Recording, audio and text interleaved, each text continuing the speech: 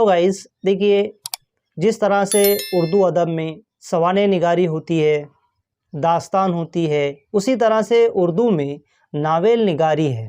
تو آئیے دیکھیے ناول نگاری۔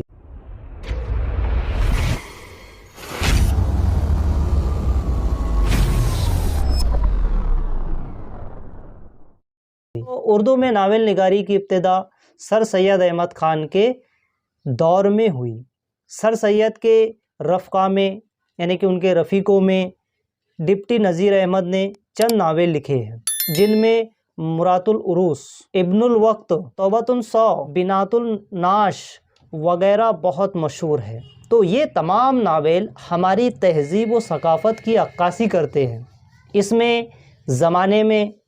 اسی زمانے میں عبدالحلیم شرر نے بھی ناول لکھے جو تاریخی واقعات پر مبنی ہیں۔ 20ویں صدی سے اردو میں ناول نگاری کو بڑا فروغ حاصل ہوا، جہاں پریم چند کا گاؤں دان، مرزا ہادی رسوا کا امراؤ جان، قرۃ حیدر کا آگ کا دریا، عبداللہ حسین کا اداس نسلیں وغیرہ ایک کامیاب ناولوں میں شمار کیے جاتے ہیں۔ انہی ناولوں میں آگے اور فردوس بری کا ذکر ملتا ہے۔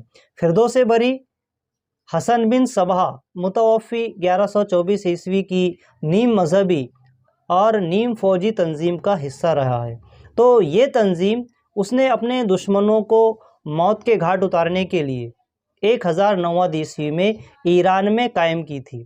تو اس تنظیم کا صدر مقام لبنان کے پہاڑ پر موجود قلعہ الموت کو بنایا گیا تھا۔ حسن بن صباح اس تنظیم کا سربراہ تھا اور شیخ الجبال کے نام سے مشہور تھا۔ تو اس تنظیم میں اس نے سینکڑوں نوجوانوں کو شامل کیا تھا۔ وہ انہیں اس پہاڑ پر بنائی گئی مصنوعی جنت میں لطف اٹھانے کے لیے چند دن رکھتا، پھر واپس روانہ کر دیتا، تاکہ اس جنت میں داخل ہونے کے لیے وہ جان پر کھیل جانے کے لیے بھی تیار رہیں۔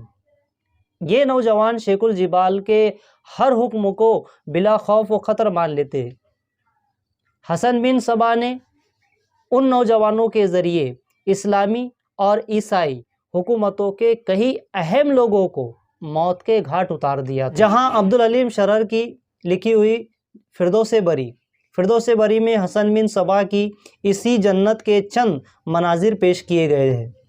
عبدالحلیم شرر لکھنؤ کی ادبی فضا میں پروان چڑھتے تھے، اس لیے زبان کا چٹخارا ان کے یہاں پایا جاتا ہے۔ فردوس بری کی چند منظر کشی کو انہوں نے بہت ہی خوبصورت طریقے سے بیان کیا ہے، جہاں اسے پڑھتے ہوئے حسین و دلکش باغوں کی تصویریں ہمارے سامنے آ جاتی ہے۔ جملوں کی بندش اور الفاظ کی در و بست سے پیدا ہونے والا زبان و ادب کا حسن شرر کے یہاں ہر سطر میں پایا جاتا ہے۔ تراکیب لفظی میں کوئی پیچیدگی نہیں ہوتی، ان کی زبان نہایت صاف اور رواں ہے۔ انہوں نے ناول کے کرداروں کے احساسات و جذبات کو بھی بہت خوبصورت انداز میں پیش کیا ہے۔